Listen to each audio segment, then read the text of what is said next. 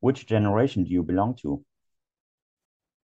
I think, our band's music, would be a 90s band because in the 90s there was a big mashup of genres, if you will. You had your hip hop growing out of, New York, and you had your house music growing out of Chicago, and it's the house music was turning into techno, which was turning into drum and bass. The hip hop was blending with rock and roll, and you were getting your kind of new metal bands like Korn and Limp Bizkit.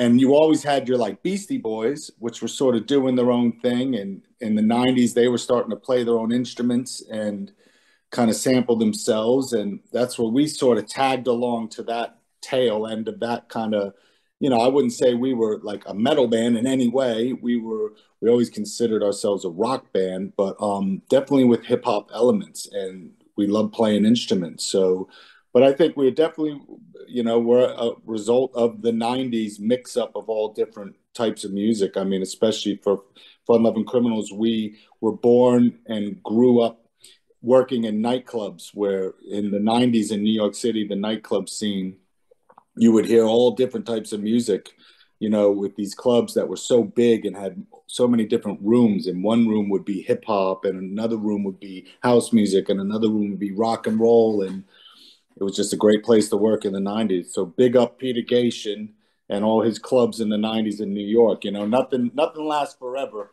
And those clubs had a good run, but unfortunately they were all shut down in the early 2000s. But some great clubs, the Limelight and Palladium and the Tunnel, Club USA. So I don't think we would be a band if it wasn't for working at those clubs and being exposed to all this type of music and growing up and living and learning in New York City, where on any street you can hear any different type of music, from salsa to reggae to rock and roll to jazz. And that's one of the great things about New York being this melting pot and just all these cultural wonders compact in this small place.